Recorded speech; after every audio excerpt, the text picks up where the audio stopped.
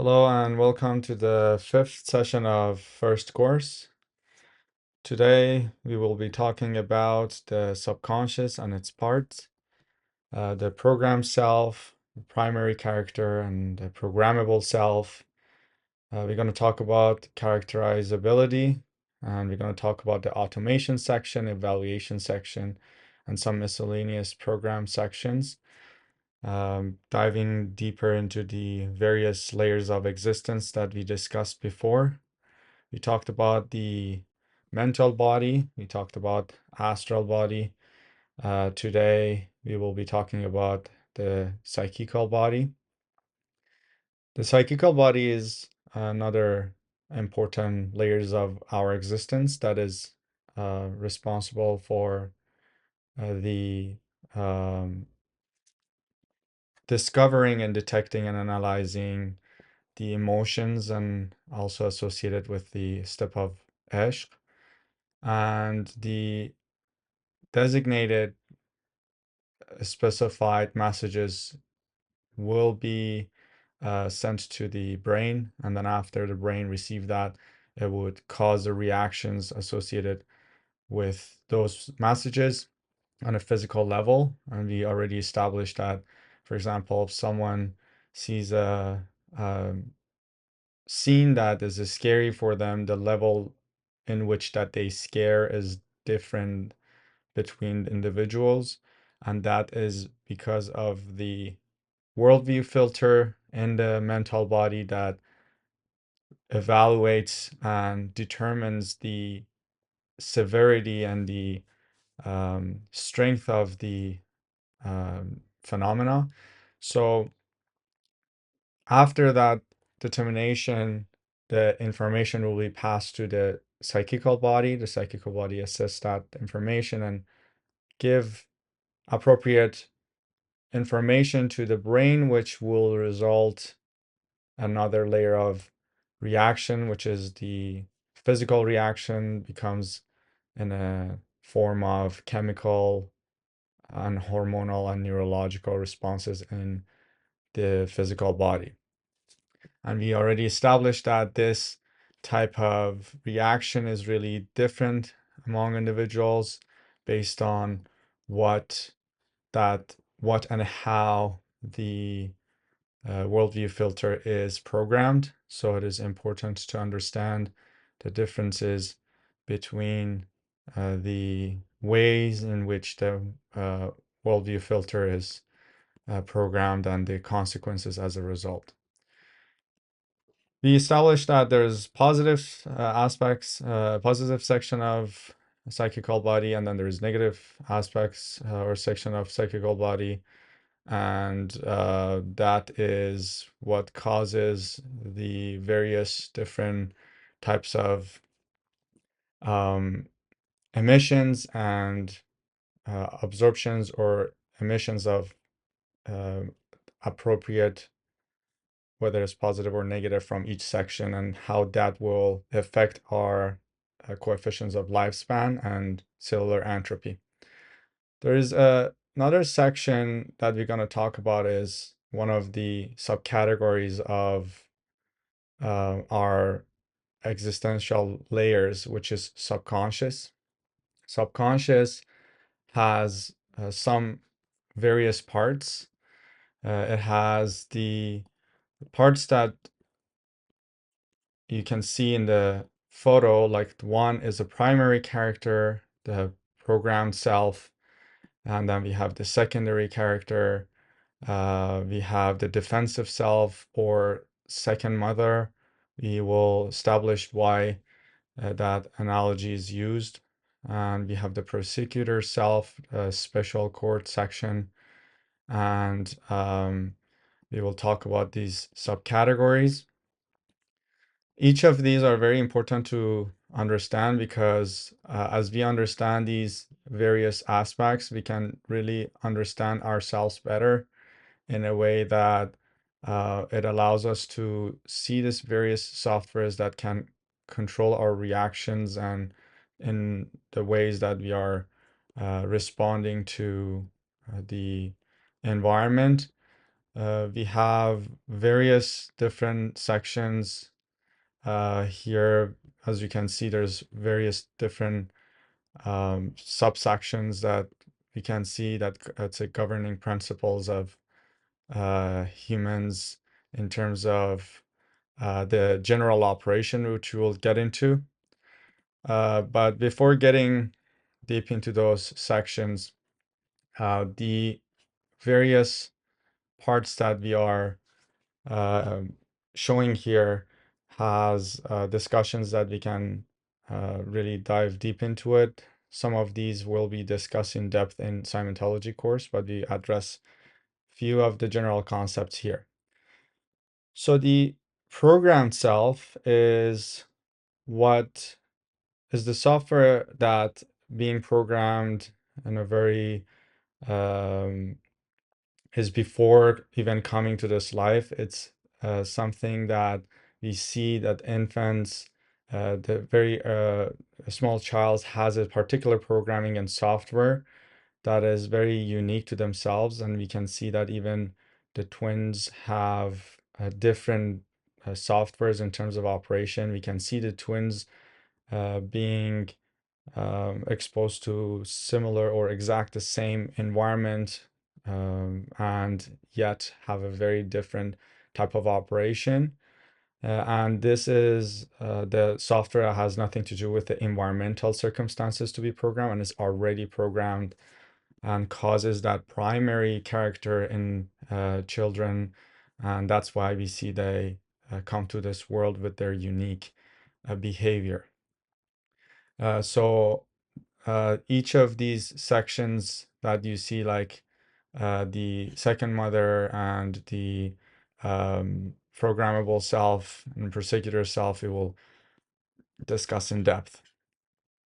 So there are some principles that are governing our operation in general.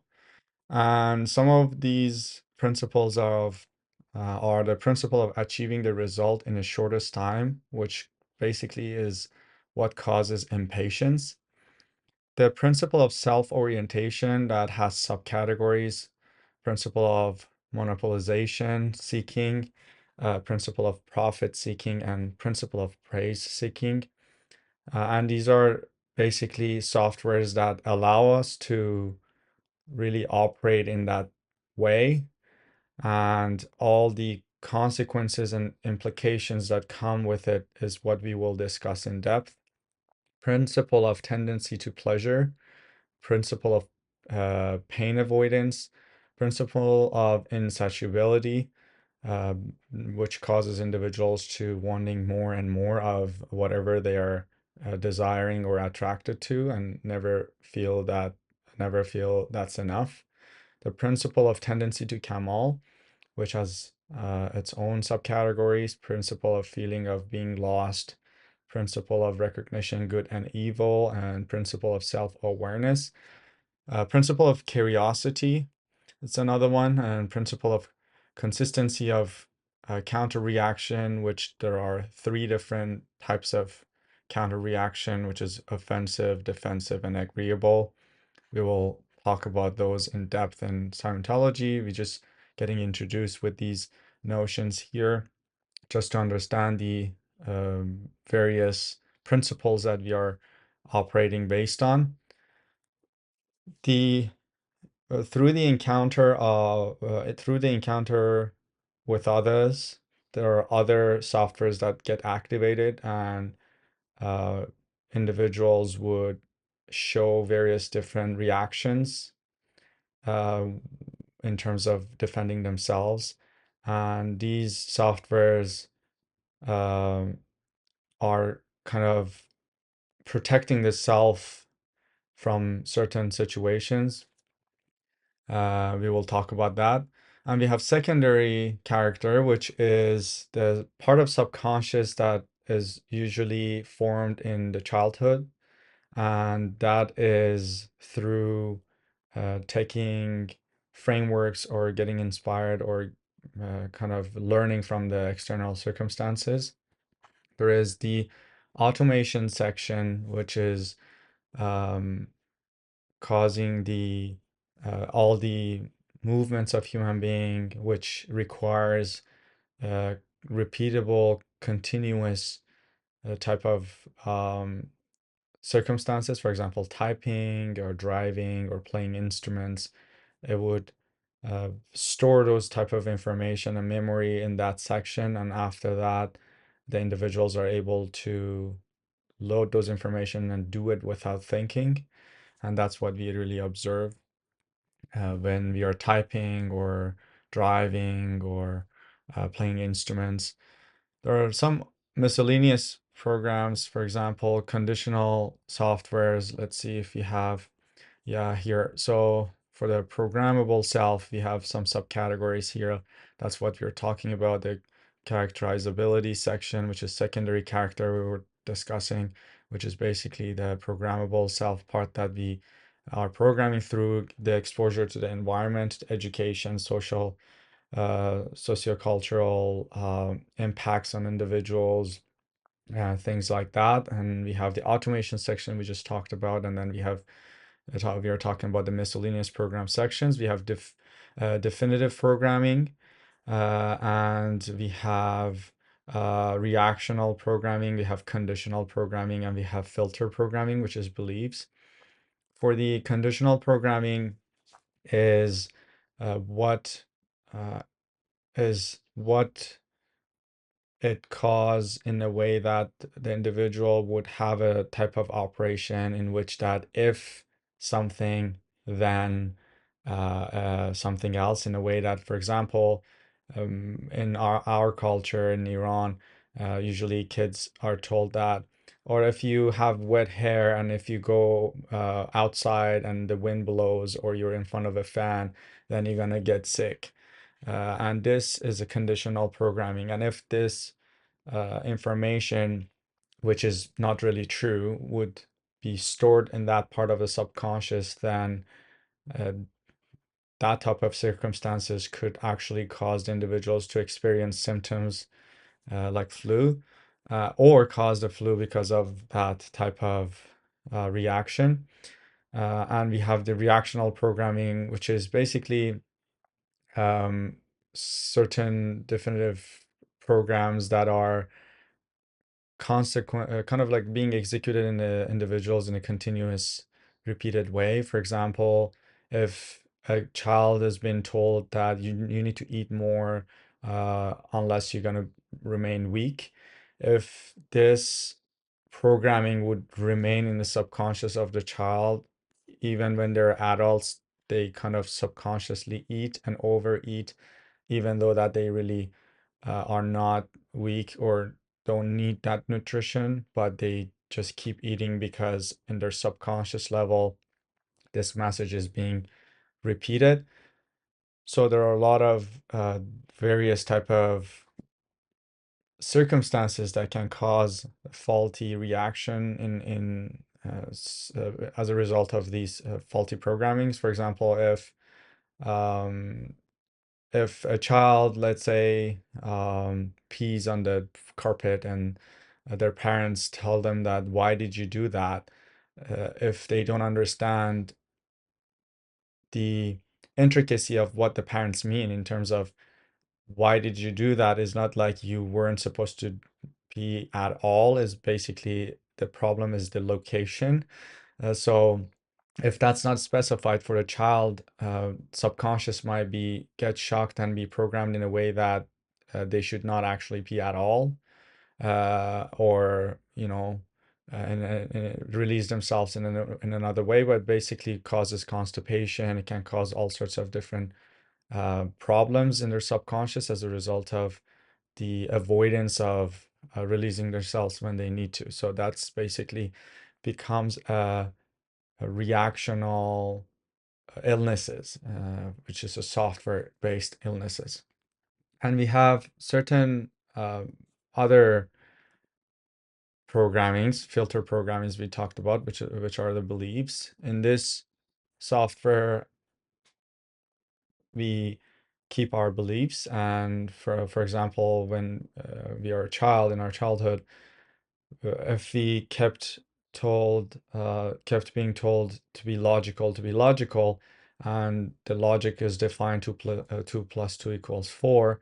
After a while, the individuals get logical so much that anything outside of that framework would be censored and filtered. And when the individuals are adult, anything that is outside of the logical framework would be censored, so the individuals would be not able to experience or feel things that are associated with, let's say, metaphysical world or a spiritual experience. So this filter locks the input of many programs or many datas, and it does not allow the individuals to experience. And one of the reasons that we mention we might not feel the scans is the mental block in our subconscious level, and that's what we're talking about here, just in a little bit in more depth. So this section is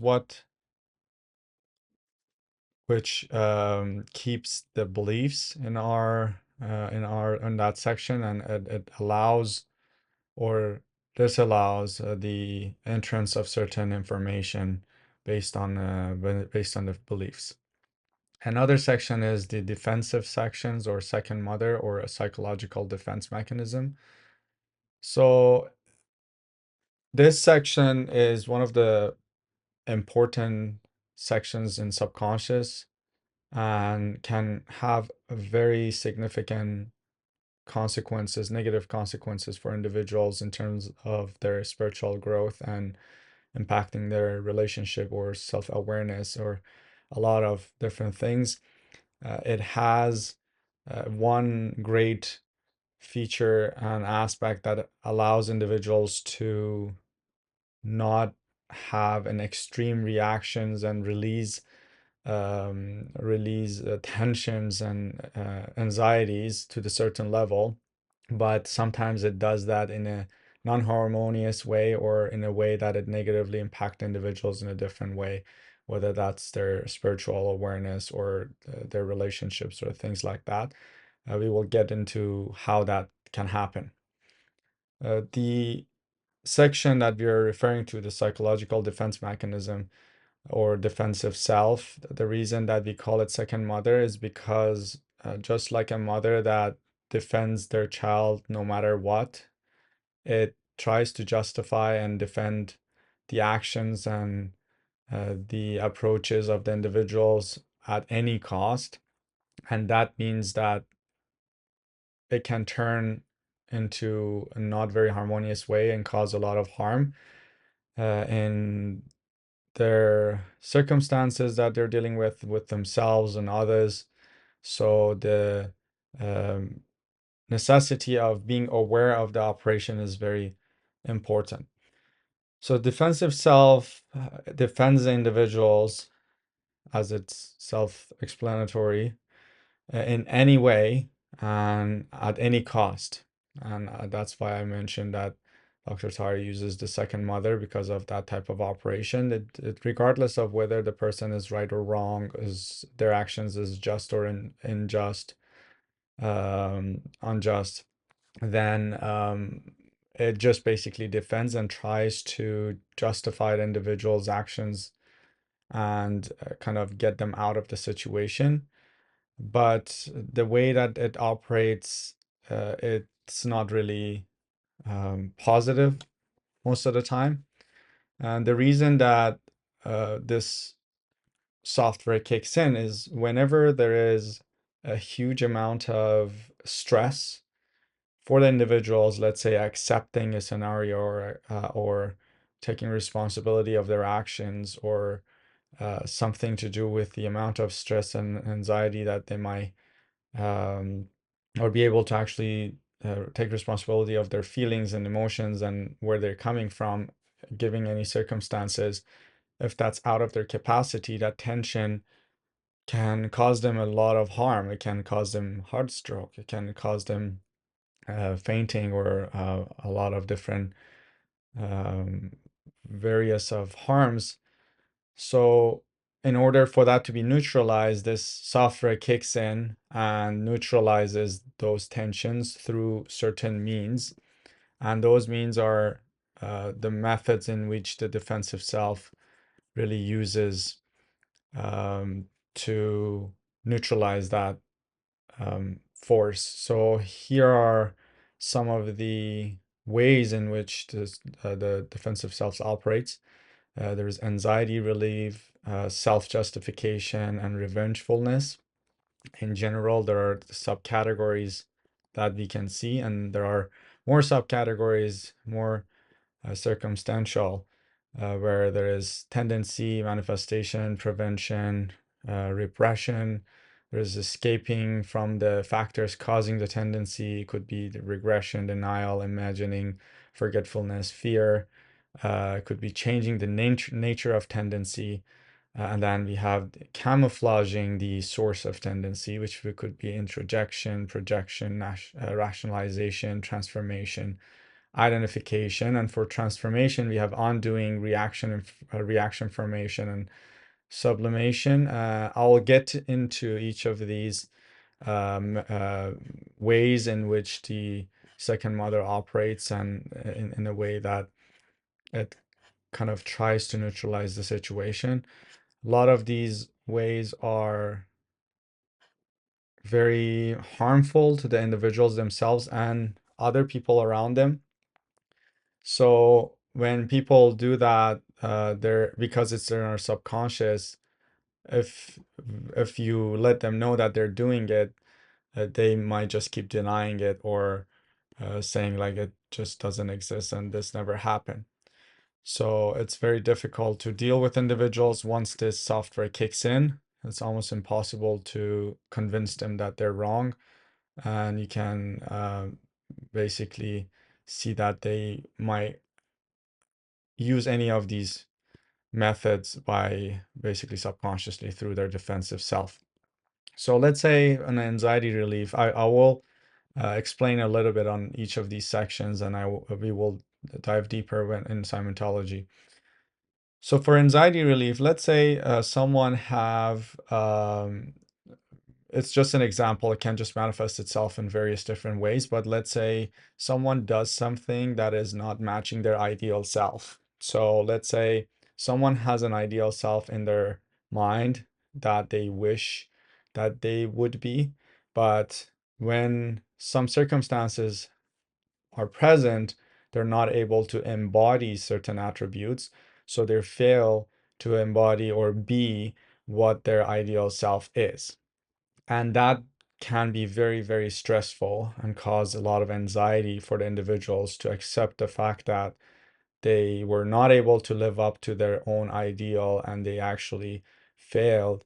And also that caused a lot of harm to others or themselves. So the fact that they can't take that responsibility, and the responsibility is too much for them to take, and it can cause a lot of anxiety, then they can come up with different methods that you can see where they can show itself in a different ways, like whether that's tendency, manifestation, prevention. Basically, it stops them from showing their desires. Let's say if they want to release or show some emotions, but they just repress that and don't show it. Let's say someone is very, very angry and their ideal self is to be very calm. And for one reason or the other, they just basically suppress that emotion to uh, prevent the manifestations of that tendency. So they basically still can present themselves as someone calm. Or it can manifest itself kind of escaping from the factor of causing the tendency. That can also show itself as regression or denial, or imagination or forgetfulness or fear. And the way that it can happen, let's say if someone did something and they can't take responsibility because it's too much for them to handle, then they can basically just deny it altogether, say that they never done such a thing. And no matter how many people would come and say like, yes, we saw you, he would say like, no, he or she say like, no, it's impossible. or like start imagining things that had never happened in order to basically justify that type of operation, or they can even forget completely what they've done and say like that never happened in a way that they don't remember it happening, or it can show itself as fear. And it can just go in a lot of different ways. Just few examples for us to understand how this can manifest itself. We can really talk about the details of it. For example, suppression is, in terms of suppression, um, okay, there's a question, but someone says like, what is a healthy way of experiencing something like anger? Um, and by healthy, I mean in a way which not harmful to the people around you and yourself. That's a good question. Um, the ways in which that we can control our emotions without suppression and without the embodying that or releasing it in a way that it would be harmful to others and ourselves. This basically leads to a discussions that we will have in second course in terms of how we need to work on our capacity to be able to uptake certain charges without bottling up or suppression. So that's basically working on the capacity in one way. The other way is to use certain facilities of Interuniversal T-Consciousness Network Halgheh's um, to neutralize incoming charges, so we actually don't experience them to even give reactions to. So that's the most healthiest way, that first of all we have a capacity to uptake certain charges without affecting us to get angry because of many reasons. First of all, change of worldview, it could be one. Using halghehs that neutralizes the charges that are coming within ourselves or outside of ourselves. That's something that we will receive in fifth and fourth course. But we will learn how we can regulate our emotions completely and reprogram some of these softwares that are within us causing a lot of issues. So, for example, when it comes to the services of defensive self, the reason that defensive self kicks in is because the individuals are not capable of taking that charge responsibly, and they don't have the capacity. So that's why the defensive self kicks in. If the person is able to uptake those charges and take responsibility and be able to handle it in a way that is not out of their capacity, then the defensive self never kicks in. They're able to like consciously observe and understand the mistakes that they made, own the fact that they made that mistake, and admit to it and work to not let that happen, or take responsibility of the consequences altogether. So that's something that requires a lot of um, approaches in a various ways. Great questions, but we will address it as we go forward.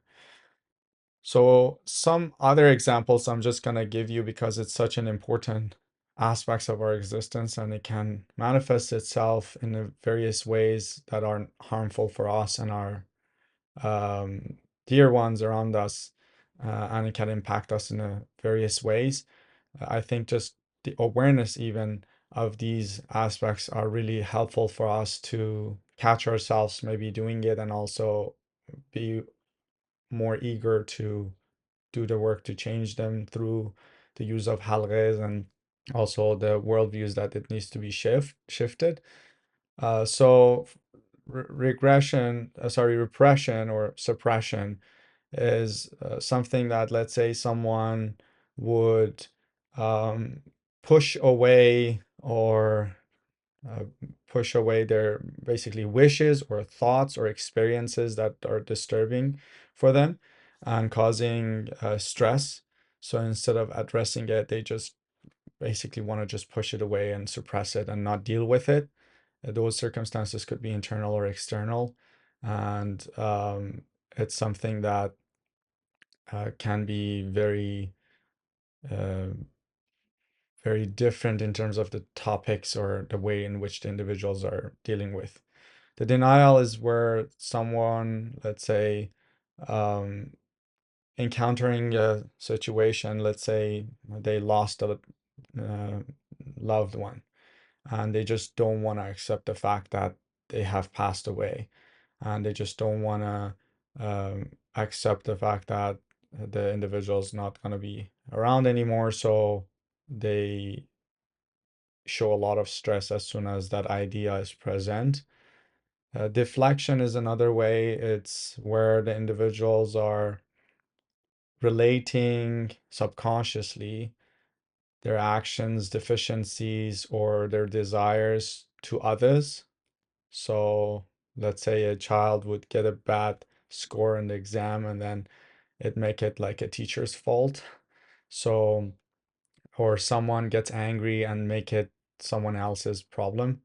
So anything that the individuals are experiencing, or um, any reactions or any actions or any deficiencies or desires of the individuals that is being deflected to someone else, projected to someone else, is one of the methods of defensive self. And there are kind of like changing the scenarios where the individuals are um, transferring or transforming the emotion from one subjects to the other. And for example, if someone has a smaller belt and weaker belt, it goes to the gym, and then uh, if someone likes, let's say, knives and things like that, that inclination changes to something more productive, like becoming a surgeon. So that's another way of kind of transferring or transforming that causes that. So there are a lot of different ways. For example, here, these are the things that we're talking about in terms of the methods in which um, the defensive selves operating based on. So here we're talking about identification and transformation. Identification is like um, it's not the common identification that we are used to. It basically the opposite of projection, that the subject that causes the stress is being denied and being kind of projected on someone else, but rather the individuals are justifying their reaction in terms of um, kind of generalizing that problem. Let's say a person that treating their wife in a poor way, it says like, well, all the mans are like that. So instead of taking that responsibility, that's the issue, that on an individual level, it's to just generalize the situation. So that's like an um, kind of making everything the same. That's kind of like a translation of identification, making making the scenarios identical. So I don't know if that's the best translation for that word. And there are much more. I don't want to spend too much time on this because we will discuss this in depth in Scientology, just to give you some ideas of the psychological defense mechanisms, services that cause issues, just to regulate individuals' anxiety and tension, that they're not capable of processing it, and it's out of their capacity. So that leads to a discussion of one of the important topics that we want to discuss. We will also discuss this in second course in depth, Here we are talking about some of the overall aspects of it. So, but before that, I want to talk about how the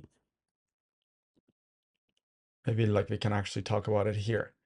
So what we see here, dichotomous behavior, basically is a type of behavior that uh, the individuals are not showing genuinely, or it's not an authentic behavior in the sense that the individuals are not showing what the truth of that behavior that they would have at that circumstances. So there are a lot of different ways that someone can do that. Let's say pretense, repression, concordance, and tolerance.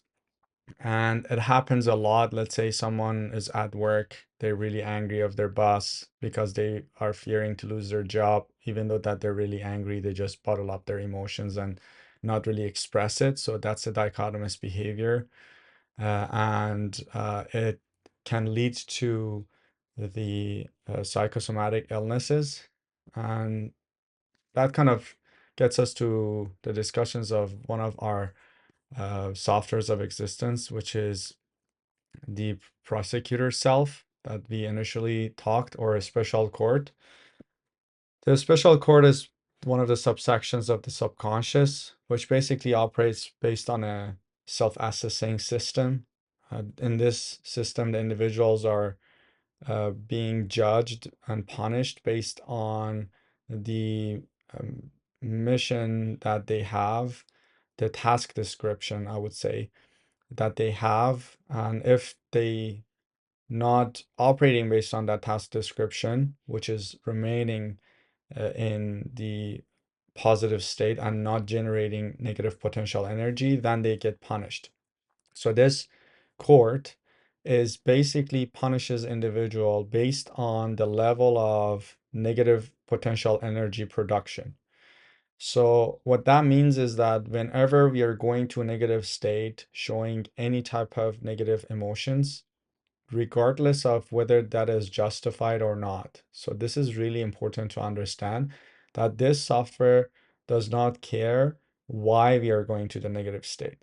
Doesn't matter if you have good reasons or bad reasons. There is no such a thing as good reasons or bad reasons, or justified reasons or non-justified reasons for this software. As soon as we go to the negative state, passing certain threshold, after the generation and production of negative potential energy, which can be through like bottling up emotions, getting annoyed, getting bothered by something, and kind of not releasing it, it will punish the individual or assign illness, which basically causes psychosomatic. And the reason that we're saying it's psychosomatic because it starts from the psychical level and ends up in a physical level, and that's the psychosomatic aspects of it. So any illnesses that starts from the psychical level and ends up in the physical level, we call it psychosomatic.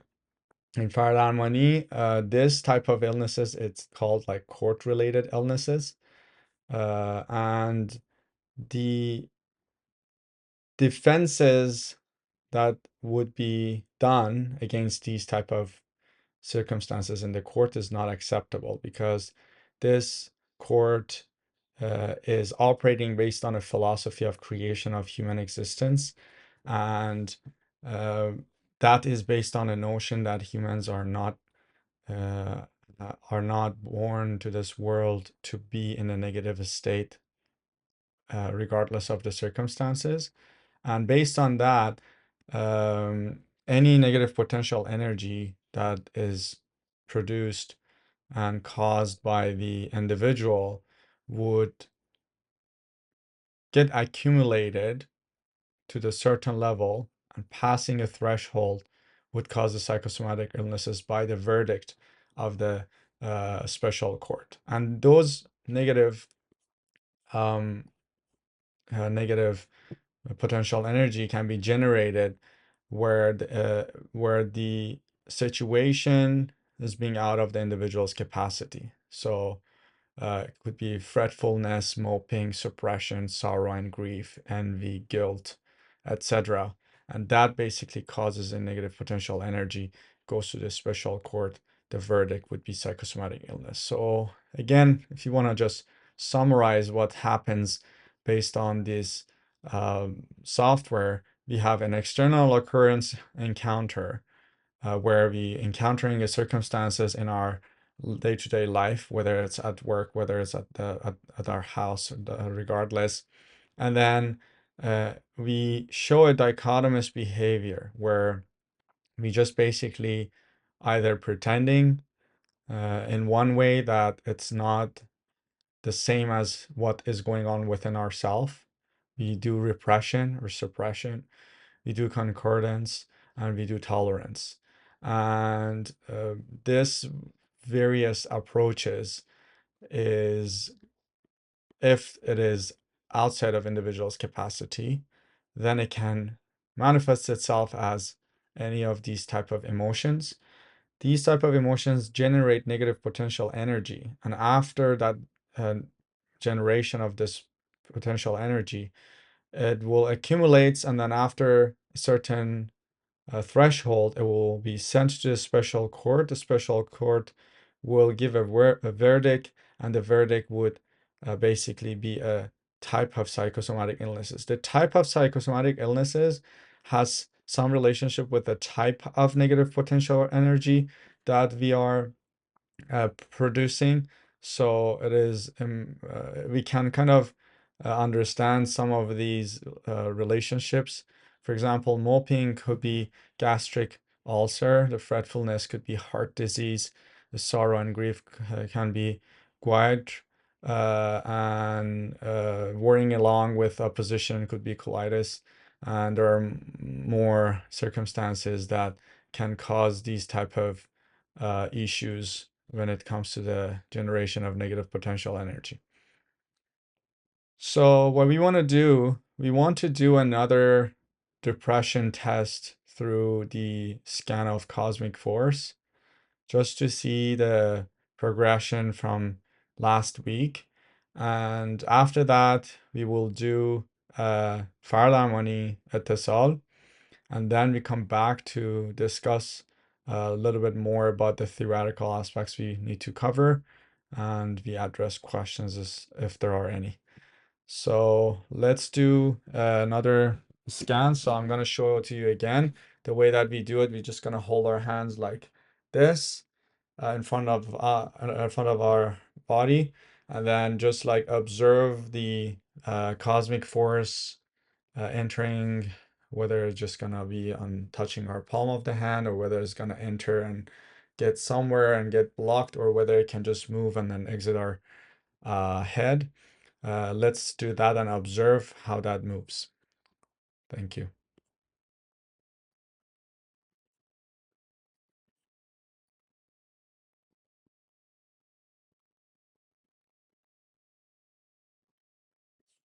Thank you. The last section we're going to talk about is about one of the subcategories of programmable me, or programmable self.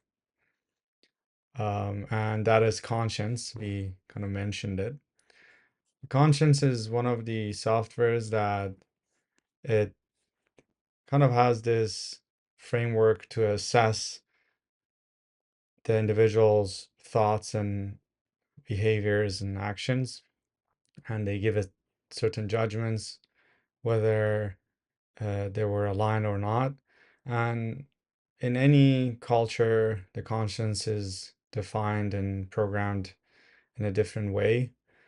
And also in different religions, also is programmed in a different way. So it can really affect individuals in a very unique way. So one sets of actions or thoughts could cause the conscience to cause a negative potential energy, or one set or the same set could not really affect the other person based on their software and programming. So it really varies how it's programmed, and according to that programming, it would assess and analyzes the individual's behaviors and thoughts, and whether it's aligned with that software, then it would be okay. And if it's not, then it basically sends a message that it causes a negative potential energy.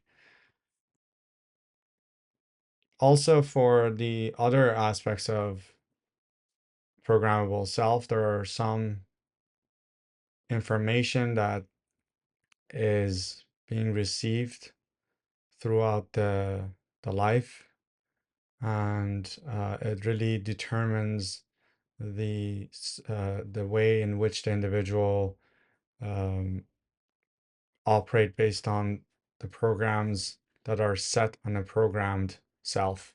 So it's really intertwined and interrelated, interconnected system of softwares that they're affecting one another. Here we just basically went through them briefly just to get to know them, but we will discuss them in depth in Cosmointology course. So that is it for the theoretical material of tonight. If you have any question, please ask. Otherwise, or if any of the discussions that we had was not clear and you need more clarification, let me know. I can explain more. But if there is nothing else, I will let you go for tonight.